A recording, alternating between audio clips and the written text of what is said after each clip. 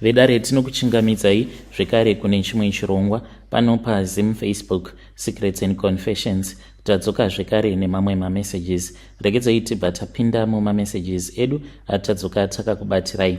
Message yedu yokutanga yakamera sekudai so: hanzi makadi zvenyu mukoma, ndinokumbirawo kuti munge muchindiposterawo nyaya yangu makaviga chitupa changu. Ininiwo ndiri murume abve zera, so I am a retired doctor. Pandakauyawo kuno kuSouth Africa mukoma nemhuri yangu ndokubva tachizotanga kugara kuno, asi mudzimai wangu akazoshayika zvake mushure mekunge ndatanga kuwiriranawo neumwe murume wechizulu wemuno muSouth Africa. Saka ini ndainge ndisingatozvizivi kuti ivo vanhu vemuno ava vazhinji vacho vakatoromba, but kuromba kwavo kwakasiyana nekwedu, because ivo mukunoromba kwavo vanoremadza vana vavo. Saka murume uyu wandakazotanga kuwirirana naye ainge aine mwana wake uyo ainge ari chirema. Saka ndaingoti zvimwe kuda maybe zvakangoitikawo kwainge kuri kuda kwaMwari, ndisingazivi kuti ndo sacrifice yake iyoyo kuti mwana wake akaita chirema. Saka nerimwe zuva ndipo apo paakazondibudira pachena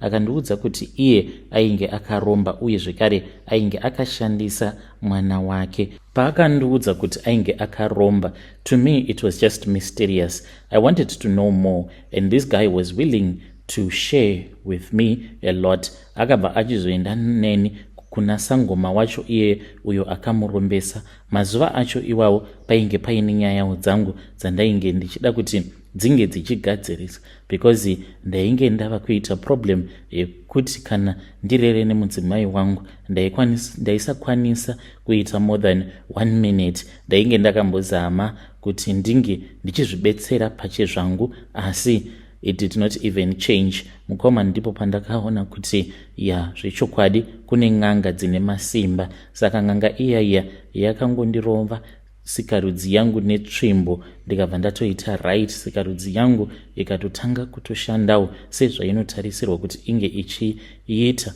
kana urere nemudzimai. Kubvawo ipapo ndipo pandakabva ndachizongoita sarudzo yekuti ndinge ndichizoromba, even though ndainge ndichida kuitawo sacrifice yemwana wangu, asi hazvina kuzoita saizvozvo nekuda kwekuti mudzimai wangu iye akazowanikwa achinonamata too much zviya zvekuti ainge ava kutondikanganisira zvinhu zvangu. Zvino sekuru vaya vakabva vanditi uyu mukadzi uyu ndiye ari kukukanganisira zvinhu zvako, ende zvazvinoita manje ndezvekuti kana iwewo wasarudza kuromba pakazowanikwa umwe munhu anenge achipikisana nezvaunenge uchida kuita, munhu iyeye anokukanganisira zvinhu zvako zvekuti unosvika pakuzvidemba, ende unokwanisa kuzotorasika njere iwe. Basa iri rauri kuita iri unorisiya reudokta, wava kupenga uchifamba uchidya mumabhini. Akati havasi vose avo vaunoona vachipenga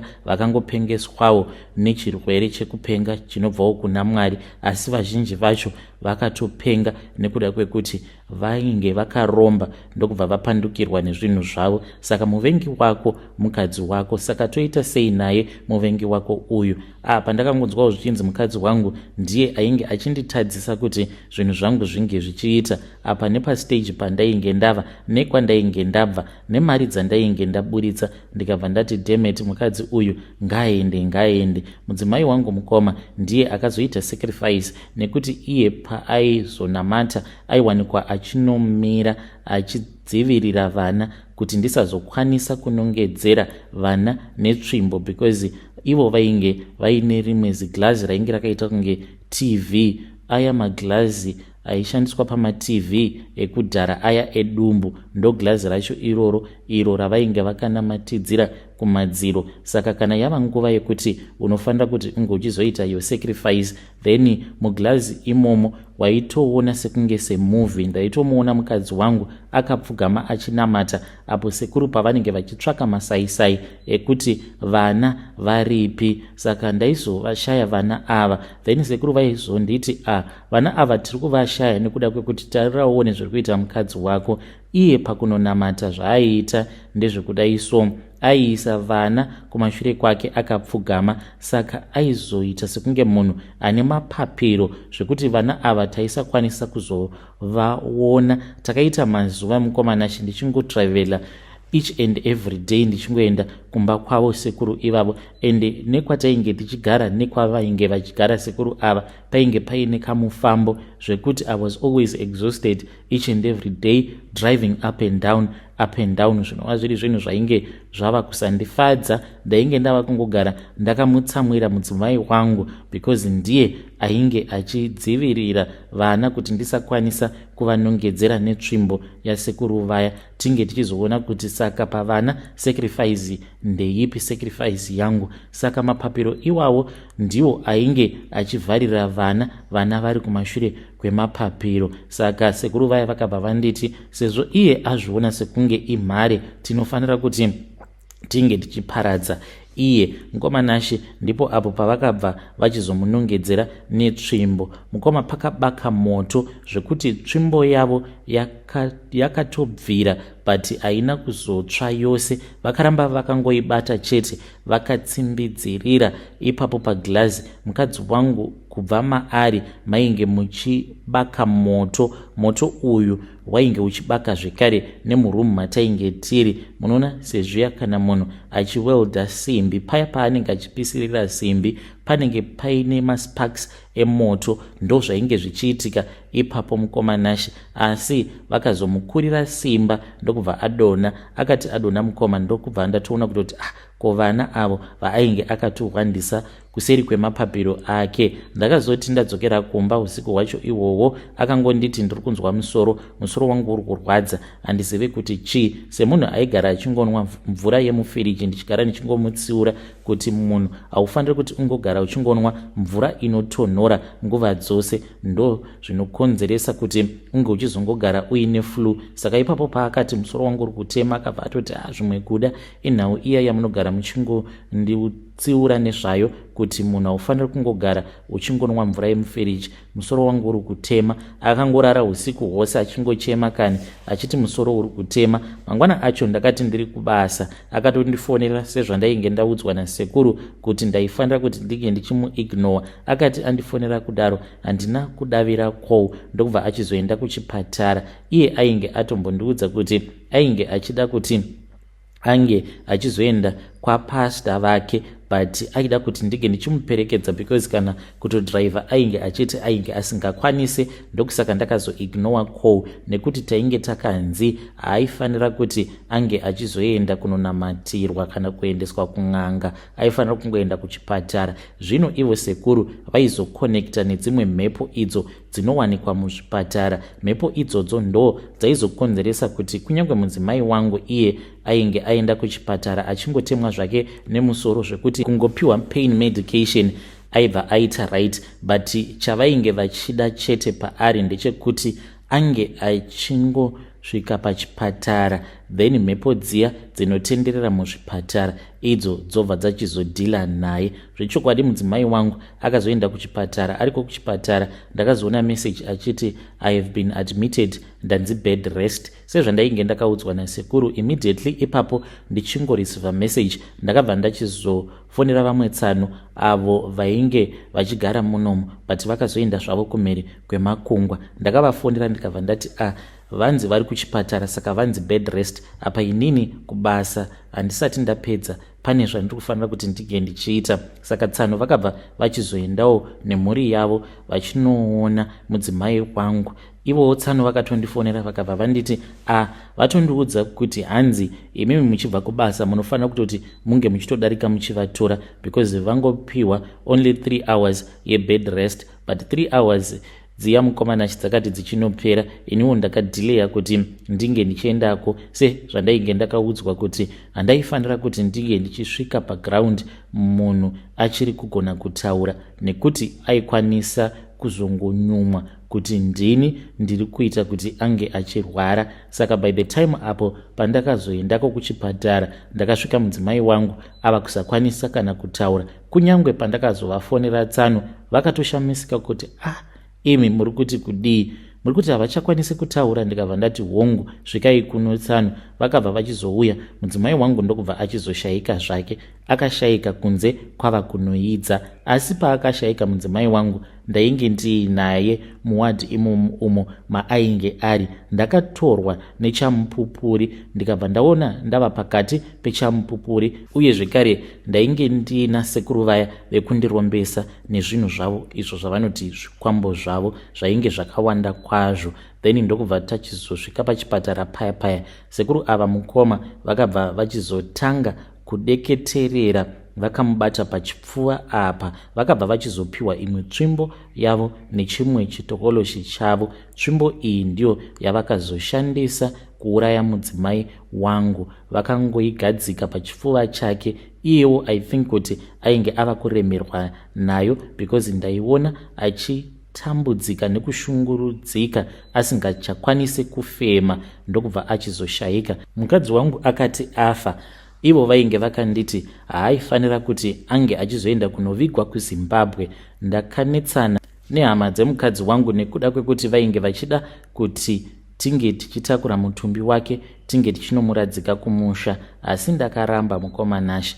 Then ndokubva tachizomuviga muno muSouth Africa. Ndinongogara ndichingoenda paguva pake ndichinomukumbira ruregerero sezvo makore angu ekurarama ati fambei kudai. So ndinotya kuti zvimwe kuda nerimweni ramazuva ndinokwanisa kana kuzongofa ndikazosangana naye akandimirira on the other side of the universe. Zvino ndakanzi handifanire kuti ndinge ndichizoroora.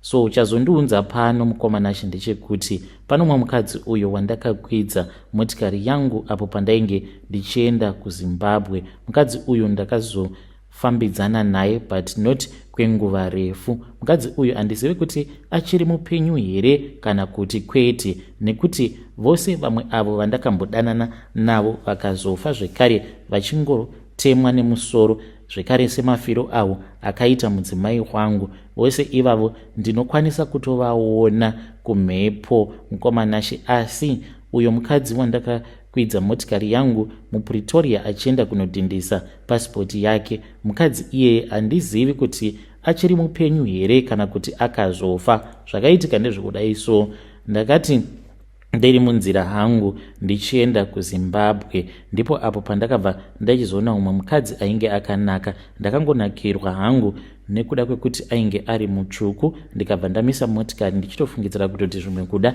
ainge ari muSouth African, but kwavo kwaanobva kwainge kuri kuBulawayo. Ndakabva ndamisa motikari yangu ndokubva akwira paya, ndokubva tachizotanga kutaura. Ndakatoshamisika achindiudza kuti ainge ari munzira achienda kunodhindisa pasipoti yake. Ndikati wo paribo. Akabva anditi mazuva ano zviri kunzikana ukaita zvekutumidzira pasipoti yako unokwanisa kuzodhindisirwa zvidhindo zvefeki. So ndakabva ndachizotanga kutaura naye ndikabva ndazomupfimba. Along the way ndoda kureurura kuti ndakazomushandisira mushonga, ndokubva tachizombotsvaka pamwe apo patakabhuka room, ndokubva tachizorara. Mushure mekunge tarara tose zvedu, ndokubva tachizoenderera mberi nerwendo rwedu. Saka ndakazomusiyawo muBeit Bridge. Ndainge ndichida kudzoka naye, asi sezvo ndainge ndatorara naye ndakaona kuti there was no need yekuti ndinge ndichingoramba ndiri tek naye, plus painge paine nyaya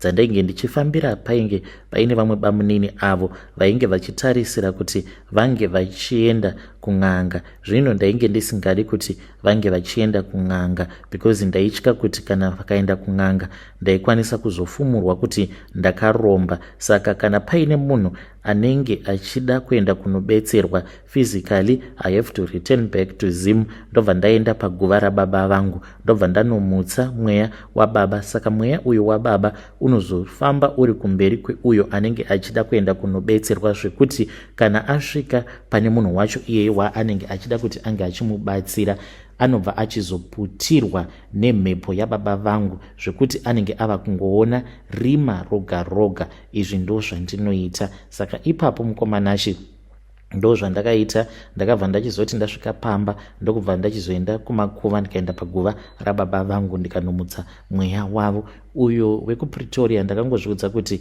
aiwa ndichazozviona mushure mekunge ndabva kuZimbabwe. Pandakazodzoka kunoku ndakatanga kutaura naye pafoni, but nekufamba kwenguva mukadzi uyo mukoma akazongotadza kubatika paWhatsApp. Saka WhatsApp namba yake yaainge achishandisa pari zvino yava kungoti invite, uye zvekare ainge asina kundipa namba yemacalls, ainge akangondipa whatsapp namba akanditi namba idzi ndo dzinotoita kuti tinge tichitaura tose, dzemacalls hadziite nekuti unokwanisa kuzongondifonera one day apa she was married. So handizivi kuti achiri mupenyu here kana kuti akafa. Ndiyo secret yangu mukoma Nash. Pane vose avo vandakachekeresa, uyu mukadzi ndiye wega wandisiri kukwanisa kulocata mumhepo.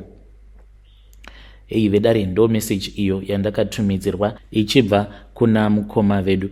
Zvinotyisa, asi ngatizamei kuti tinge tichitaura navo mucomment section. Regedzei tibva taenda panyedu inotevera. Nyedu inotevera yakamira sekudai so: hanzi makadi zvenyu mukoma, ndinokumbirawo kuti munge muchindiposterawo nyaya yangu makaviga chitupa changu. Ndauyawo pano ndiine confession yangu iyo yandiinayo. Mukoma Nash, ndinoda kureururawo kuti izvi ndo zvandakamboitawo, but izvi ndakazviita kune imwe chechi yevamwe pastor vekunigeria vanowanikwawo munomu muSouth Africa. Saka ndakati nerimwe zuva ndichitofamba zvangu ndichitotsvaka basa, ndokubva ndachizofonerwa neimwe friend yangu, akabva andiudza kuti ainge awana peace job pachechi. Akabva azondipa madirections. Akazoti ndasvika pachechi paya ndipo pandakabva ndatoona kutoti ainge ari busy, ndokubva tachizotanga kucleana. Zvino takati tichikura ndipo apo patakabva tachizorova tambo yemagetsi. Izvo zvakazokonzeresa kuti tinge tichizoita mazuva akati one day tichingoita peace job. Then ndipo apo pakabva pachizouya vamwe pastor vacho ivavo vekunigeria, vakangotitarisa vakatibvunza kuti ko munobvepi? Tikavaudza kuti tinobva kuZimbabwe. Vakabva vati it is okay. Takazoti tapedza peace job tava kuda mari, takabva tazoudzwa kuti taifanira kuti tinge tichizodzoka zvekare. So patakazodzoka mukoma Nash, ndipo apo patakaudzwa kuti pane dhiri ravainge vachida kuti tinge tichiita, but rainge riri dhiri rekuti taizonyepedzera sekunge tiri maprofita enhema. Mukoma takabhadharwa kuti tinge tichitoita sekunge maprofita enhema, tikatonzi kana muchida munouya mugara kumba kwangu. Asi ndakangonzwa ndichitya mukoma, asi mari takatopiwa tikatoenda tikanosonesa magemenzi edu. Takaita mwedzi wose mukoma Nash tisingaende kana kubasa, taipiwa ma200 a day. Zvataita mukoma Nash, taimukira makuseni. Izvi takazviita vakadzi vedu vasingatombozvizivi. Taiti kana tamukira makuseni tobva taenda uko kwatainosangana nevamwe vanhu vakasiyana-siyana, kuine mahure efeki, vamwe vanenge vachiuya kuzopa matestimony efeki, uye zvekare nezvirema zvefeki mukoma Nash. Isuwo takanzi tainge tichazoita sekunge tiri maprofita enhema, uye zvekare tainge tauya kuzovaparadza. Apo pavanenge vachiparidza taifanira kuti tinge tichizosimuka tobva tatanga kunamata nendimi, uye zvekare tichitaura chishona tichiti tiri maagents of the devil, tatumwa naSatani kubva kuZimbabwe. Takavimbiswa mari yakawanda kwazvo, uye zvikava zvanzi kana tapedza kuita saizvozvo taifanira kuti tinge tichizobva muprovince imomo. Ivo shungu dzavo dzainge dziri dzekutoti tibva tatodzokera kuZimbabwe for good, but mari yavakazotipa mukoma yainge isina kuwanda. Sezvavainge vakativimbisa kuti vainge vachazotipa ma50,000 but vakazongotipa ma8,000. Vakabva vati ndichazokupai imwe yacho, but havana kuzotipa, tikabva tazongosiyana nazvo. We were trained by this fake pastor. Zvino musi wacho iwoyo vakazoti wasvika mukoma, ende vakatoisa maposters muJoburg umu. Vakabva vati it was going to be a big day. Kana uine munhu waunoziva anoroya, kana uine munhu waunoziva akaremara, unofanira kuti unge uchizouya naye kuvenue so that vange vachizomunamatira. It was going to be a Sunday filled with miracles. Isuwo mukoma Nash takatosvika paya ndokubva tatogara muchechi tichitoita sekungewo hapana kana chatainge tichitomboziva zvedu. Tainge takatopfeka masutu edu ainge akanaka, but taiva nezvisecho zvedu. Muzvisecho imomo ndimo mainge muine magemenzi edu, uye zvekare painge paine umwe asha ainge achizviziva. Saka pachechi pavo apa painge paine matoilets avo anoshandiswa nemunhu wose, but kuine mamwe matoilets avo anoshandiswa nevakuru vechechi. Saka ikoko ndiko kwainge kuine tsvimbo dzedu. Saka nguva yakazoti yakwana, ndipo apo patakabva tachizosenderwa message yekuti now go and change, go to the toilet. Ipapo vainge vari busy vachinamatira zvirema zvezve zvefeki, uye zvekare mahure efeki ainge atoendawo kumberi, akatoita sekunge ari kubudirwa nedhimoni ravainge vachiti on that day he wanted to cast away the spirit of Shakira. Zuva iroro ndipo apo pandakaona kuti vanhu vanobhilivhiswa nekanhu kadiki diki mukoma, because vanhu vakatanga kusimuka vachinamata. Ameno kuti maybe pane zvimwewo zvainge zvichiitika, zvimwe kuda pasta ivavo vaitovawo neumwe mushonga wavaitoshandisa mukoma. Vanhu vagere mumabhenji, vamwe vainge vachirutsa, vamwe vachizvongonyoka pafloor vachiita sekunge vari kutobudirwa nemadhimoni. So takabva tachizobuda panze, asha uya ndokubva achizotitevera, akangoita sekunge ari kungotaurawo nesu, but mukuzonotaura nesu paya ndipo paakabva achizotipa makii, uye zvekare taitoziva kutoti matoilets acho iwawo ainge aripi. Takaenda kumatoilets kuya mukoma, ndokubva tachizonochinja tikasiya masutsu edu awo atainge takapfeka ikoko. Asha iye akabva achizotora masutu iwawo ndokubva achizoendeswa kumotikari kwapasta. Isu takazoti tabuda mutoilet muya kana vanhu vamwe vainge vakagara panze, vamwe vainge vaine vana vavo vainge vachifidha vana vavo, vakamhanya vachidzokera muchechi, because takatobuda mutoilet muya tichitotamba tichijamba tichiita zvinoratidza kuti vanhu ava vakatobatwa nemweya, tichiimba uye zvekare tichidanidzira. Saka vanhu vose vainge vari panze vakavhunduka, ende vazhinji vacho vainge vari maSouth African. Zvinova zviri zvinhu zvekuti zvakavashamisa kuti ko vanhu ava maZimbabwean awa ko pane zvavanga vakambopfeka masutu vachirakidza kuti vatori vanhu vari bho, ko vazopfeka magemenzi awa ewhite nguvai, uye zvekare chii chavari kuda kuita panapa. Mukomanashi takabva tatanga kumhanyisa vamwe avo vainge vasara vakagara panze, tichiti in the name of the devil, in the name of the devil, we are from the kingdom of the devil. Vanhu vazhinji mukoma vakatsikirirana vachimhanya vachidzokera muchechi, sezvo pasta vaya vainge vatotumidzirwawo message yekuti nguva yakwana. Vakabva vachizoti kune vanhu vepraise and worship vainge vachiimba vange vachimbomira kuimba, munhu wose ange achigara pasi. Muchechi mukoma makati zii. Saka yainge iri skiri yekuti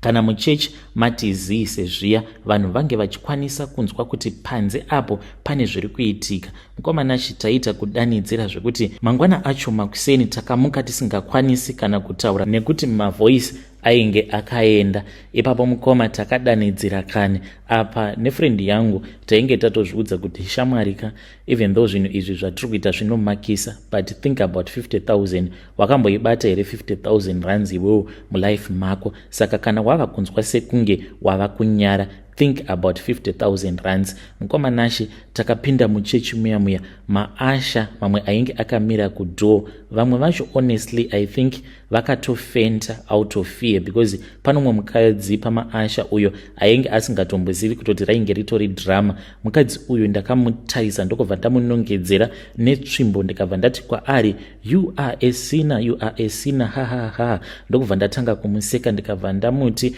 unofungidzira kuti munamato kako ako kauri kuita kangadzivisa munhu akaita seni, munhu atotumwa naSatani, apa iwewe zvako wakazara nezvivi, uri kutosemesa, uri kunhuhwa nekuda kwezvivi zvako, ndokufumura here? Mukadzi iye mukoma nevamwe vainge vakamira padhuze naye vakafenta, but I think kuti it was because it was out of fear. Ndokubva tachizotanga kufamba tichienda kumberi uko kwainge kuina mapasta vaya ivo vaingonyaradza vanhu chete vachiti garai pasi, for the Holy Spirit is in this place, sit down for the Holy Spirit is in this place. Vainge vachida kunyatsokuwedzera drama so that everyone can focus on us. Zvino takazoti tava kuda kusvika kumberi ndokubva tatanga kudzedzereka mukoma, tichidzedzereka kudaro tichiita sekunge painge paine chinhu chainge chakatibloka kuti tisakwanisa kusvika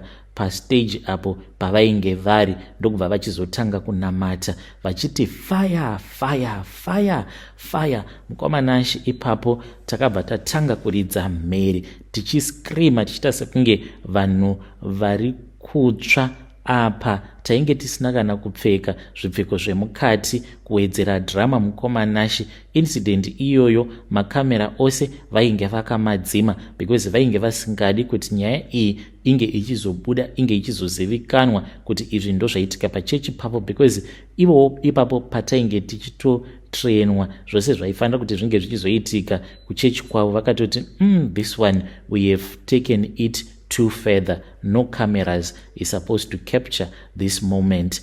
Uye panguva yacho iyoyo vakangoti kune munhu wose ainge ari muchechi, everyone put your phone down because the Holy Spirit is in this place. Everyone put your phone down for the devil is also in this place. Put your phone down and pray in your heart. Vainge vasingadi kuti vanhu vange vachizotora mavideos. Tiriko kumberi kuya Mukoma Nashi taitota tichitozvifukura apa tisina kana chatainge takambopfeka pasi pemagemenzi. Tsvimbo dzedzi ya Mukoma Nashi takazodzirasira kure tava kuridza mhere zvino tichichema tichiti he has defeated us all devil, he has defeated us all prince of darkness. Ipapo tainge tava kusataura nechishona zvino tainge tava kutaura nechirungu, ndokubva vachizotanga kunamata vachiti I command you come out, I command you come out. Painge paine vamwe varume zvekare avo vainge varimo mumabhenji. Varume ava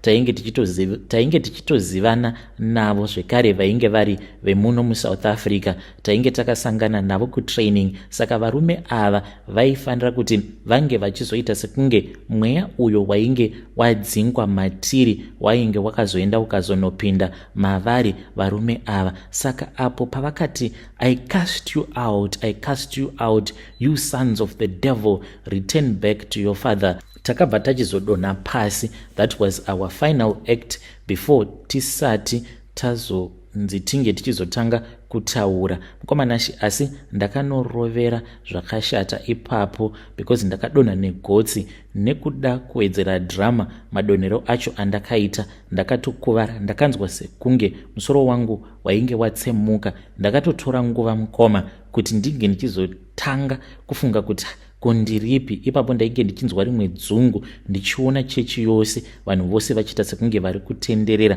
Zvakazotoita sekunge zvainge zviri zvechokwadi zvose zvainge zvaitika. Kana friend yangu akatonditi iwe ini ndakatosvikawo pakutofungidzira kuti zvimwe kuda tainge tatotumwa naSatani. Pandakazongokuona wakangoti zii wakarara, kunyange pawakazomutswa nemaasha uchinzwa dzungu, ndakatoti zvimwe kuda maybe tatova masatanist echokwadi. Saka ipapo Mukoma Nashi pavakati I cast you out, ndipo apo varume vamwe vaya avo vainge vakangonzi vange vachingogarawo mukati mevanhu ndo pavakatanga kuskrima zvino vachiridzawo mhere vachitaura nechizulu chavo vachiita sekunge vainge vagarwa nemweya uyo wainge wabuda matiri. Vakatanga kutaura vachitaura Mukoma Nashi vachitaura, but vaingotaurawo chimwe chishona chiya chinongozivikanwa nevanhu vemuno muSouth Africa chekungoti mukoma kuri sei, mukoma kuri sei, zvekuti vemuno muSouth Africa vange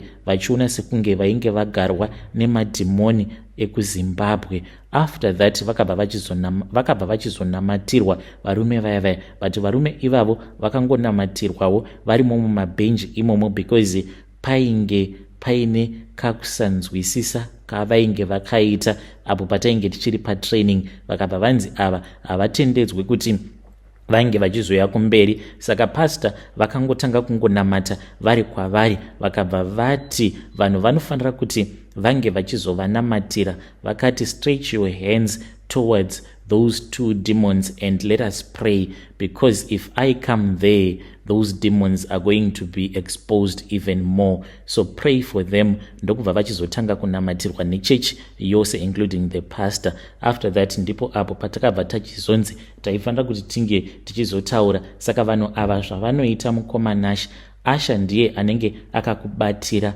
mic. Saka Asha iye anenge akakubatira mic anenge achitoziva everything that you are supposed to say. Kana kuri kunzi akaona sekunge unenge wava kukanganisa iyo yavaitudza kuti inonzi off script, zvichireva kuti pane zvose zvaunenge wakaudzwa kuti izvi ndo zvauri kufanira kuti unge uchizotaura, kana vakaona sekunge unenge wava kutadza kana kukanganisa pakunotaura paya, Asha uya ndipo paanobva azongotanga kungotaura iye achitaura, then he hands over kuna pastor. So isusu vakatotiona kutoti taikwanisa kunyatsokutevedzera, takapiwa nguva yedu, ndokubva tavaudza kuti isusu mukuprofitawo tinoprofita nemweya wekumadziva aya avanoti mamarine spirit. Saka kubva zvatainge takauya muno muSouth Africa tichitsvaka macustomers, takabva tachizotangawo sowe redu padhuze nepane chechi yavo pastor ava. Saka patakaona kuti tainge tava kusakwanisa kuwana macustomers, ndo patakabva tachizonzwa tichivavenga pastor ava, tikabva tachizoronga zano rekuti tinofanira kuti tinge tichizovaroya, asi takatadza kuvaroya. Tatadza kuvaroya kudaro, that was when we started communicating with the devil himself. Ndokubva tachizosangana nemasatanic agents awo akabva achizotipa mvumiro, nekuti masatanic agents acho iwawo ainge akatovatevera pastor ava kubva kuNigeria, vachingovatadza chete kudzamara vachizotipawo mukana. Vakabva vati kana mukakwanisa tinokutoresai kunyange zvitupa zvemuno muSouth Africa. Isuwo nekuzodawo zvitupa nekuda mari, takabva tachizobvuma kuita masatanic agents, ndokubva tachizopiwa mission yekuti tinge tichizouya kuzovadestroya. Mukana wedu wainge uri wekuvadestroya uye zvekare nekuzovanyadzisa, apo patakazoona maposters awo ainge akanyorwa kunzi a Sunday that will be filled with miracles, tichiziva kuti kunenge kuine vanhu vakawanda. Takabva tatowedzera nhema dzekuti SABC yainge ichitoda kutouya kuzotocover that event, but isusu nekuda kwesimba iro redu reusatanism takatoita kuti vanhu veSABC vasazokwanisa kuzouya for the big Sunday in which everything was just a lie. Mukoma Nasha pastor ava vainge vachingoti glory be to God, glory be to God, glory be to God. Vanhu vose vemuchechi imomo mukoma vainge vachingorumbidza Mwari vachifungidzira kuti everything that was happening it was real. After that mukoma takazotanga kunamatirwa zvino, because ipapo takanzi taifanira kuti tinge tichizoita sekunge vanhu vabudirwa zvekare nemamwe maspirits, mamarine spirits nemweya wemadhimoni uyo wainge wakatigara. Ndokubva tatanga kugwina, vakabva vatanga kutinamatira, vakabva vazoudza chechi yavo kuti madhimoni ainge ari matiri ainge akangofanana nemadhimoni awo ainge akagara pana legion. Saka zvaitotora nguva kuti deliverance yacho inge ichizoitika. Takabva tachizotorwa mukoma, vanhu vakafungidzira kuti takatorwa tichiendeswa kudeliverance room, but mushure mekunge taendeswa kuya mukoma kwainge kwatogara kuine imwe motikari yainge iine matinted glasses yainge yakapaka nechekuseri. Ndokubva tachizopinda mumotikari iya. Motikari iyi mukoma yakatongodriva, ndokubva yatongobuda nesu pachurch paya. Takazoti tava mutauni, ndo patakabva tachizopiwa mari. Ndakapiwa 8, iyo friend yangu akapiwa 8. Tikabva tachizovimbiswa kuti mangwana acho musi weMonday ndipo apo patainge tichazopiwa balance. Vakati zvainge zvisingaiti kuti tinge tichipiwa mari yakawanda nekuti taikwanisa kuzoibirwa. Varume vaya mukoma Nasha vakatoita sekunge vainge vatori nemwoyo wakanaka, vakatonotisiya kutaxi rank. Varume ava vainge vari maSouth African, vari vaviri, vachiratidza kuti vanotoshandidzana navo pastor vaya. So vakangotiti muchapiwa mari dzenyu mangwana, tichakufonerai, but havana kana kuzombotifonera zvachose. Hey vedare, ndo message iyo yandakatumidzirwa ichibva kuna mukoma vedu avo. Zvakangooma hazvo vedu we. Strange things indeed they do happen in this world. hei pakaipa. Ngatizamei kuti tinge tichitaura navo mukoma vedu ava mucomment section. Mazvinzwa ka hanzi takatoita sekunge titori masatanist, izvo yainge itori zvayo set up. Akomana ka pakaipa. Let us try to talk about this issue in the comment section.